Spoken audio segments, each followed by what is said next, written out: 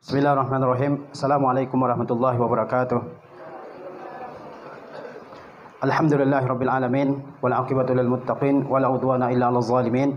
Asyhadu an la ilaha illallah wahdahu la syarikalah wa asyhadu anna Muhammadan abduhu wa rasuluh sallallahu alaihi wasallam la nabiyya ba'dah.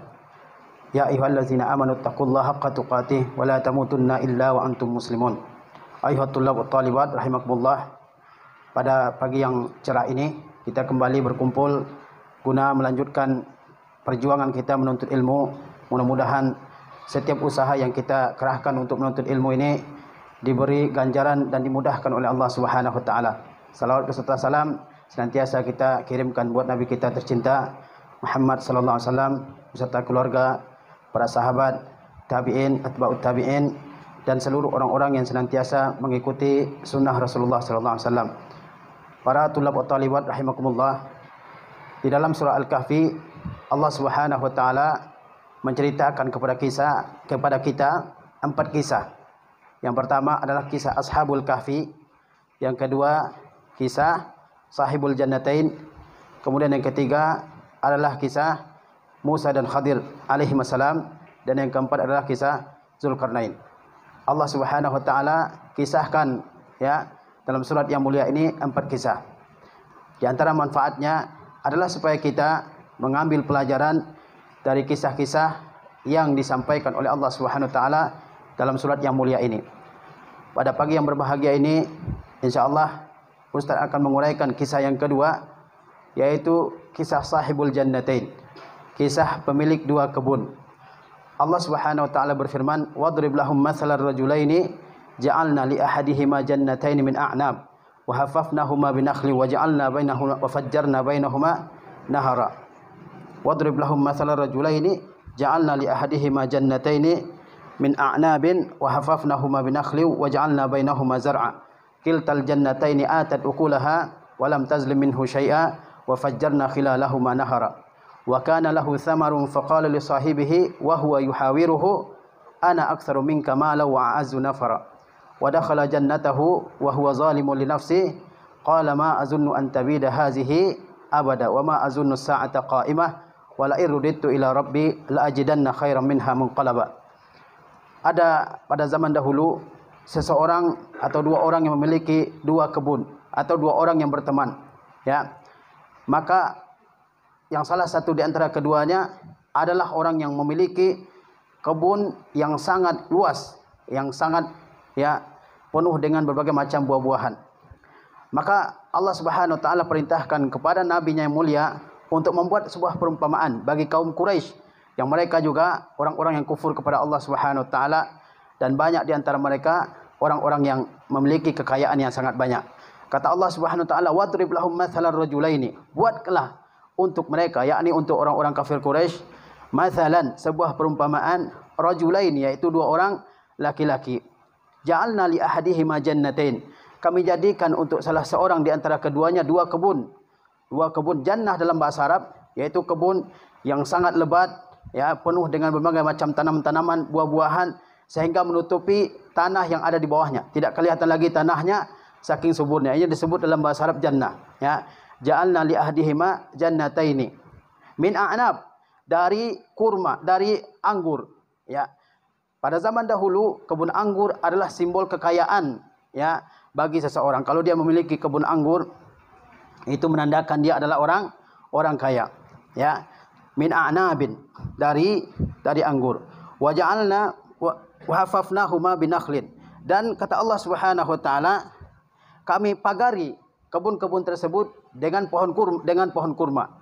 Jadi salah seorang dari 2 lelaki tersebut, dia memiliki kebun anggur, 2 kebun anggur, kemudian kedua kebun tersebut dikelilingi oleh kurma, nakhl, Kemudian kata Allah Subhanahu wa taala, wa ja'alna bainahuma zar'a, dan kami jadikan di antara kedua kebun tersebut berbagai macam tanaman-tanaman yang lain. Jadi di sini sudah ada 3 nikmat yang sangat berharga yang Allah berikan kepadanya. Dia memiliki kebun anggur, kemudian di sekeliling kebun anggur tersebut terdapat pohon kurma, pohon yang juga berarti sangat besar pada kehidupan mereka pada saat itu. Kemudian wa ja'alna bainahuma zar'a. Kemudian ya di antara kedua kebun tersebut tumbuh berbagai macam tanaman-tanaman yang lain yang juga menghasilkan ya buah yang sangat banyak. Kiltal jannataini atat ukulaha. Kedua kebun tersebut yang menghasilkan ya hasil yang melimpah ruah. Baik itu kebun anggur, kebun kurma, tanaman-tanaman yang ada di antara ya kedua kebun tersebut semuanya menghasilkan hasil yang melimpah ruah. Kiltal jannataini atat ukulaha walam tazlim minhu syai'a. Dan tidak pernah berkurang sedikit pun. Kita mengetahui yang namanya hasil pertanian ya terkadang hasilnya melimpah ruah, terkadang di musim yang lain tidak berkurang, terkadang kualitasnya bagus, terkadang tidak. Terkadang diserang oleh berbagai macam hama, ya hama tanaman. Tapi kebun salah seorang dari kedua laki-laki ini tidak demikian. Ya baik itu kebun anggur, kebun kurma, tanaman-tanaman yang lain, dia menghasilkan buah yang selalu ya berkualitas, melimpah ruah. Kiltal jannataini atat ukulaha walam tazlim minhu syai'a. Dan tidak pernah berkurang sama sekali. Sepanjang tahun ya kebun-kebun tersebut, tanaman-tanaman tersebut menghasilkan buah yang sangat banyak. Kemudian kata Allah SWT, wa fajjarna khilalahuma nahara. Di antara ya sela-sela kedua kebun tersebut kami keluarkan mata air, ya. Dan inilah salah satu sebab kebunnya begitu subur. Karena di antara kedua kebunnya, di antara kedua ladangnya itu ada air yang Allah SWT keluarkan dari dalam tanah. Ya, kita mengetahui bahwasanya ya semua makhluk hidup membutuhkan air, apalagi tanam-tanaman di daerah yang gersang pasti membutuhkan air yang sangat banyak. Orang ini diberikan kemudahan oleh Allah Subhanahu wa taala. Ya, yaitu apa?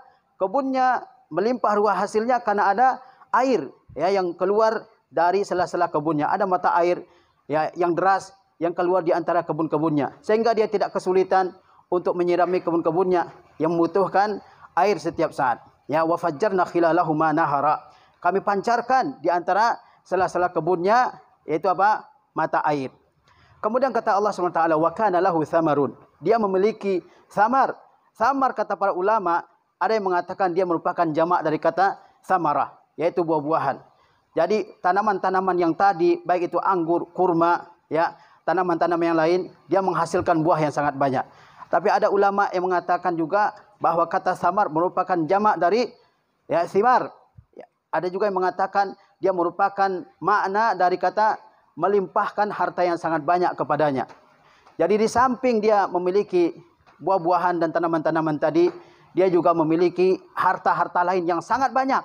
Dia memiliki harta lain yang sangat banyak. Mungkin ternak, kambing, sapi, onta, mungkin juga memiliki ya emas, perak dan sebagainya selain daripada tanaman-tanaman dan buah-buahan yang dimilikinya tadi.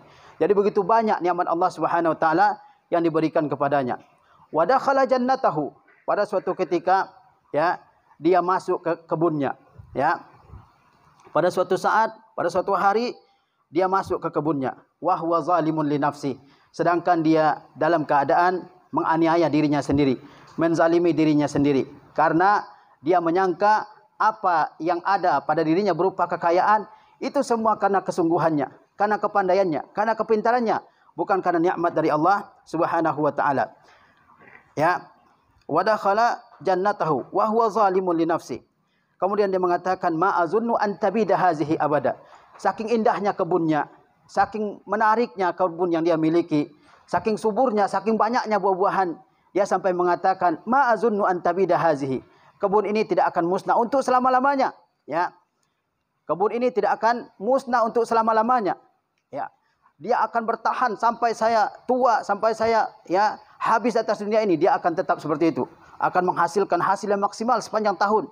Di keyakinannya. Karena melihat begitu hebatnya kebunnya. Begitu melimpahnya hasilnya.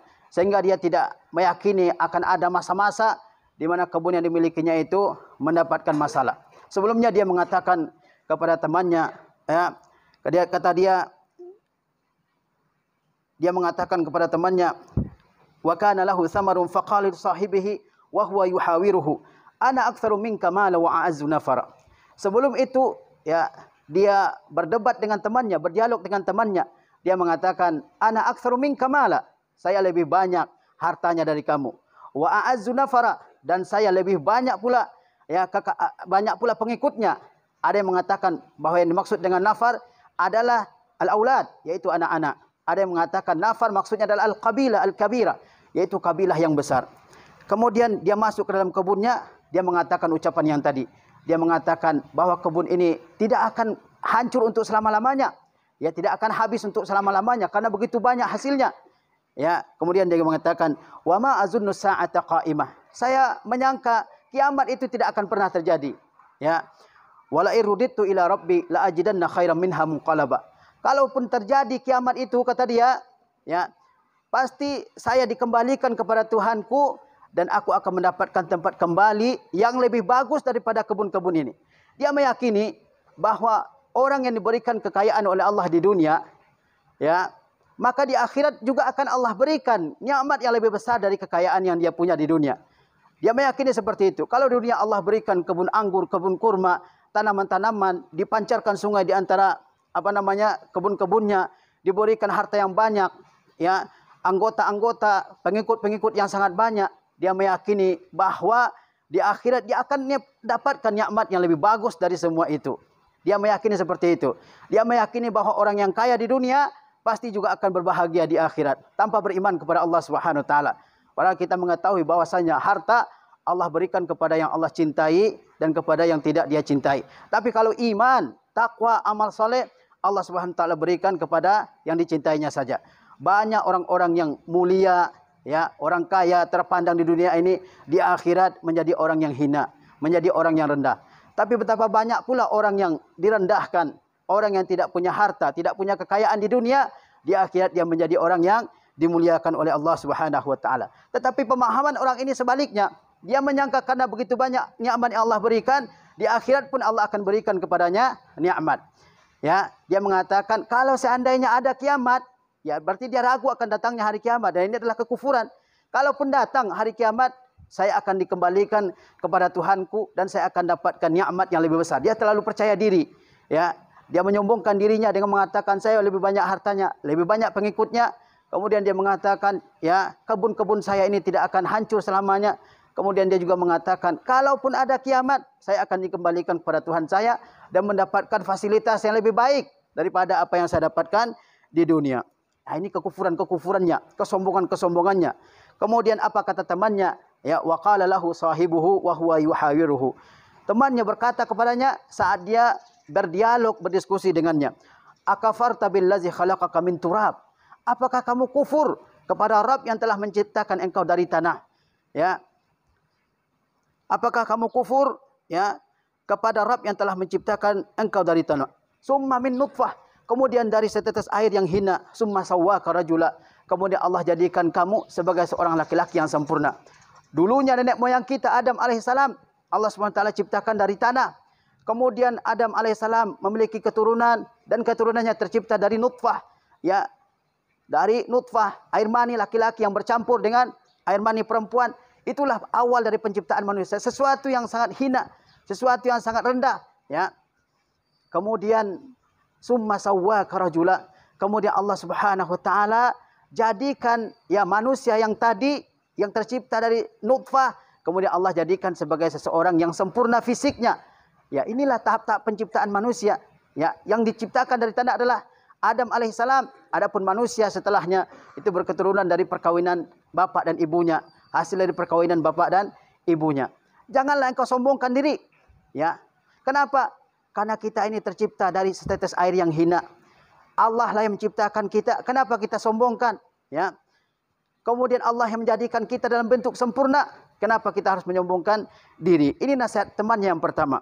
Kemudian dia mengatakan, lakinnahu wallahu rabbi wala usyriku bi rabbi ahada. Akan tetapi aku mengatakan dialah Rabbku, ya. Allah Subhanahu wa taala Rabbku wala usyriku bi rabbi ahada. Aku tidak akan pernah menyekutukan Rabbku dengan sesuatu yang lain sama sekali. Dia menjelaskan di hadapan temannya, jangan engkau lupakan Allah Subhanahu wa taala yang telah memberikan begitu banyak kekayaan kepadamu. Jangan engkau menyangka bahwa kiamat tidak akan pernah terjadi. Pasti terjadi kiamat. Ya, karena di dunia ini begitu banyak kejahatan, kezaliman, penindasan yang tidak mendapatkan balasan pelakunya. Ya, di mana dia mendapatkan balasan yang sempurna? Di hari kiamat. Begitu banyak juga orang yang melakukan kebaikan, Begitu banyak orang melakukan amal saleh tapi dia tidak menerima balasannya di dunia ini. Kapan dia mendapatkan balasannya? Di hari kiamat. Ya, jangan menyangka bahwa kiamat itu tidak ada. Pasti ada kiamat itu. Untuk membalas orang yang berbuat baik. Dan untuk membalas dengan balasan yang menyakitkan bagi orang-orang yang berbuat baik selama di dunia. Lakinnallahu huwa rabbi. Tetapi Allah dialah Rabbku. Kata temannya yang muslim yang saleh ini. Wala usyriku bi rabbi ahada. Dan aku tidak akan pernah menyekutukan dia sama sekali. Kenapa temannya ini mengatakan, saya tidak akan pernah menyekutukan Rabbku sama sekali. Ulama mengatakan bahwa kata syirik dengan kata kufur itu sama saja. Ya. Kalau dikatakan syirik, ya, maka di situ juga tercakup kata kufur. Jadi temannya yang memiliki kebun yang hebat ini, dia telah kufur kepada Allah Subhanahu wa taala. Sekaligus dia telah berbuat syirik. Ada yang mengatakan juga bahwa dia dikatakan syirik oleh temannya karena dia mengatakan bahwa Allah Subhanahu wa taala tidak mampu untuk menghadirkan hari kiamat, untuk mendatangkan hari kiamat. Kalau dikatakan Allah tidak mampu, berarti dia sudah menyerupakan Allah Subhanahu wa taala dengan manusia, dan menyerupakan Allah dengan manusia itu merupakan perbuatan syirik. Ya. Kemudian temannya menasihati lagi, walaula izdakhalta jannataka qulta masya Allah. Kenapa ketika kamu masuk ke dalam kebunmu yang begitu menakjubkan mata, yang begitu banyak melimpahkan nikmat, kenapa kamu tidak mengatakan masya Allah? Ya, la quwata illa billah. Tidak ada daya, tidak ada kekuatan kecuali di tangan Allah Subhanahu wa taala. Ini orang terlalu kagum dengan dirinya sendiri, dengan kehebatannya sendiri.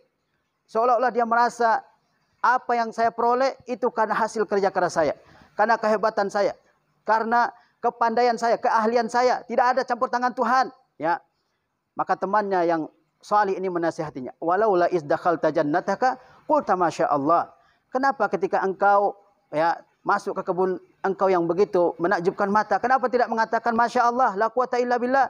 Segalanya terjadi dengan kehendak Allah. Makanya seorang muslim ketika melihat sesuatu yang menakjubkan, baik itu kecerdasannya, kemampuannya menghafal, ya, kecantikannya dan sebagainya, dia mengatakan masya Allah, la quwata illa billah. Jangan magrur, jangan terpedaya dengan kehebatan diri sendiri, dengan kepandaian diri sendiri. Ini didasarkan oleh temannya. Kamu kenapa ketika masuk ke kebunmu ini, kamu tidak mengatakan masya Allah, la quwata illa billah? Kemudian dia mengatakan, intarani ana aqalla minka malau wa walada. Kamu menghina saya.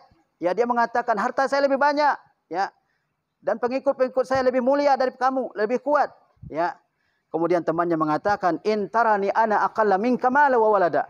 Kamu melihat saya lebih sedikit, ya, hartanya dan lebih sedikit anaknya. Lebih sedikit kekayaan saya tidak sebanyak kamu. Dia mungkin punya sedikit kekayaan, ya, tapi dibandingkan dengan kekayaan pemilik kebun ini yang begitu banyak kekayaannya, sehingga pemilik kebun ini merendahkannya. Dia mengatakan ana aktsaru minka mala wa azu nafara. Saya lebih banyak hartanya, dan ini sering terjadi di antara sesama manusia, membangga-banggakan harta, mengatakan harta saya lebih banyak, kekayaan saya lebih banyak, pangkat saya lebih tinggi dan sebagainya. Ya, harusnya dia tidak menyatakan hal seperti itu, tidak mengucapkan hal seperti itu, karena semuanya datang dari sisi Allah Subhanahu wa taala. Kalaupun Allah Subhanahu wa taala memberikan harta yang sedikit kepada seseorang, memberikan anak yang sedikit kepada seseorang, apakah itu tanda Allah murka kepadanya? Tanda Allah benci kepadanya? Tidak. Kemudian dia mengatakan, fa asa rabbi ayyutiyani khairan min jannatika. Mudah-mudahan saja Allah Subhanahu wa taala memberikan sesuatu yang lebih baik kepadamu dari kebunmu, ya, berupa kenikmatan hidup di dunia, kenikmatan surga. Ya, orang mukmin, ya, meyakini walaupun dia dalam keadaan yang sederhana, dalam keadaan yang mungkin sulit dalam kehidupannya, tetap dia meyakini bahwa dia akan diberikan sesuatu yang lebih baik oleh Allah SWT dalam kehidupan di dunia, terutama dalam kehidupan di akhirat. Ya, fa asa rabbi ayyutiyani khairan min jannatika. Ini harus jadi prinsip bagi kita. Dalam kehidupan ini terkadang kita lihat orang-orang yang bahkan kufar sekalipun, dia diberikan nikmat yang begitu banyak oleh Allah SWT. Jangan pernah kita berpikir kenapa orang kafir Allah beri, kenapa kita yang mukmin tidak Allah beri. Kita harus optimis dengan janji Allah di sini. Fa asa rabbi ayyutiyani khairan min jannatika. Mudah-mudahan Allah Subhanahu wa taala memberikan sesuatu yang lebih baik kepadamu daripada kebun-kebunmu. Mudah-mudahan Allah berikan yang lebih baik kepadaku daripada harta bendamu, daripada uangmu, daripada emasmu. Ya, apa yang lebih baik? Ya, yaitu pertama as-sa'adah ad-dunyawiyah, kebahagiaan hidup di dunia. yang dirasakan oleh orang-orang yang beriman kepada Allah Subhanahu wa taala. Lihatlah orang-orang mukmin, meskipun kehidupannya sederhana, tidak ada orang mukmin yang stres, tidak ada orang mukmin yang sampai gara-gara mikirkan harta masuk rumah sakit jiwa. Tidak ada yang sampai datang psikiater, psikolog untuk menenangkan jiwanya. Tidak ada yang sampai minum pil tidur supaya pikirannya berhenti berpikir sejenak. Ya, orang-orang mukmin bahagia meskipun kehidupannya sederhana. Dan yang lebih baik daripada itu semua adalah kebahagiaan di akhirat, yaitu surga dan segala kenikmatan yang ada di dalamnya. Fa asa rabbi ayyutiyani khairan min jannatika wa yursila 'alaiha husbana minas sama. Lalu Allah SWT kirimkan ke kebunmu yaitu petir dari langit. Ya, jangan bangga dengan kekayaan yang dimiliki, dengan status yang dimiliki. Semudah-mudahnya bagi Allah SWT untuk menghilangkannya. Begitu mudah Allah memberikan kekayaan kepada siapa saja yang dikehendakinya. Tapi begitu mudah pula Allah mencabutnya. Bayangkan, kebun yang begitu indah, penuh dengan kurma, penuh dengan anggur, penuh dengan buah-buahan lain, hewan ternak dan sebagainya. Kalau Allah SWT menghendaki untuk mencabutnya, sangat mudah bagi Allah SWT. Wa yursila 'alaiha husbana minas sama. Seperti misalnya Allah kirim petir dari langit yang akan menghancurkan semua kekayaan tersebut. Fatusbiha sa'idan zalaqa. Lalu dia menjadi tanah yang datar, ya, seperti padang pasir, datar, zalaqa, yang membuat kaki tergelincir di sana. Dan memang terjadi seperti itu. Orang yang tadinya membanggakan kekayaannya, dia diingatkan oleh temannya, tapi dia malah makin sombong. Bahkan dia katakan, kalau saya mati dikembalikan kepada Tuhan, pasti surga saya lebih bagus. Ya, seperti diriwayatkan oleh beberapa orang, kalaupun kamu dia mengatakan dalam beberapa riwayat, yang kaya ini mengatakan kepada temannya, kalaupun kamu masuk surga nanti, wahai fakir, wahai miskin, kamu masuk surga cuma sebentar. Ngapain kamu di surga? Hanya untuk menyapu dan menyiapkan surga yang akan saya masuk. Dia sampai mengatakan begitu kepada temannya yang fakir ini. Ya, tapi temannya mengatakan, jangan tertipu dengan harta yang kamu miliki. Jangan terperdaya.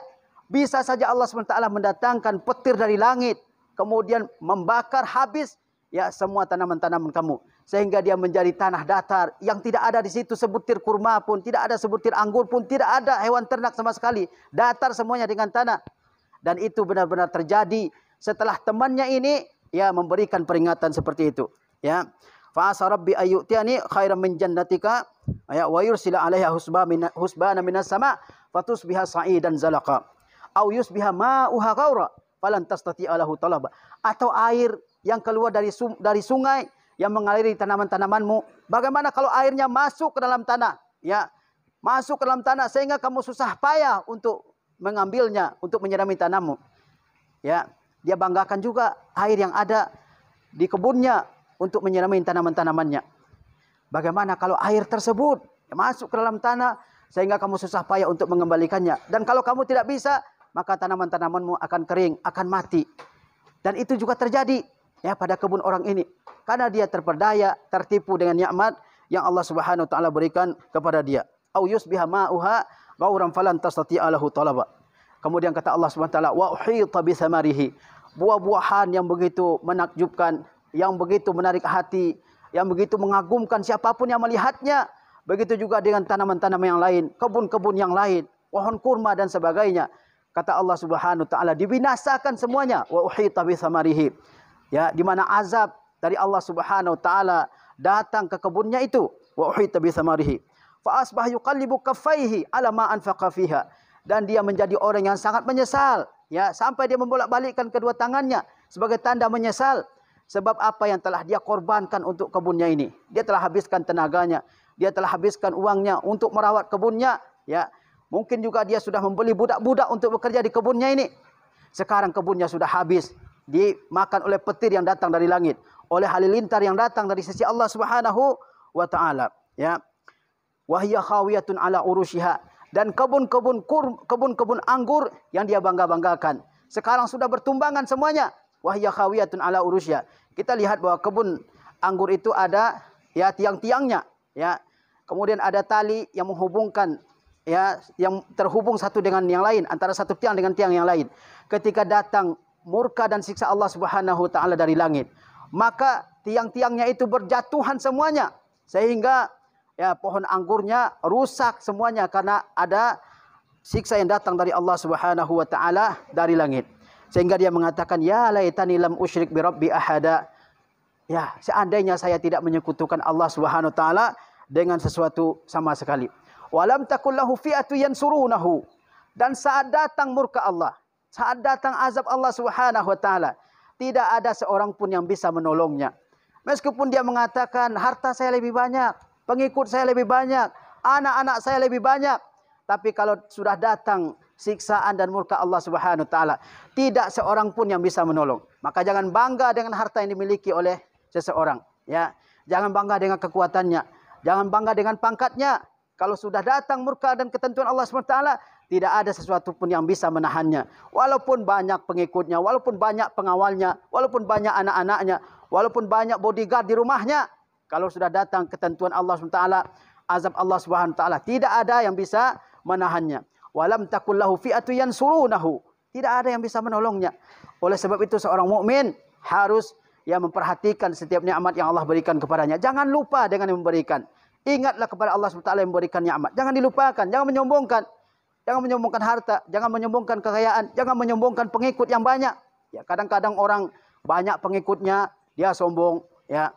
Banyak pengawalnya, bodyguardnya, dia sombong. Kemana-mana harus dikawal. Kalau dia lewat jalan harus dilebarkan untuk dia. Masuk jalan tol, ya, orang harus minggir semua, ya.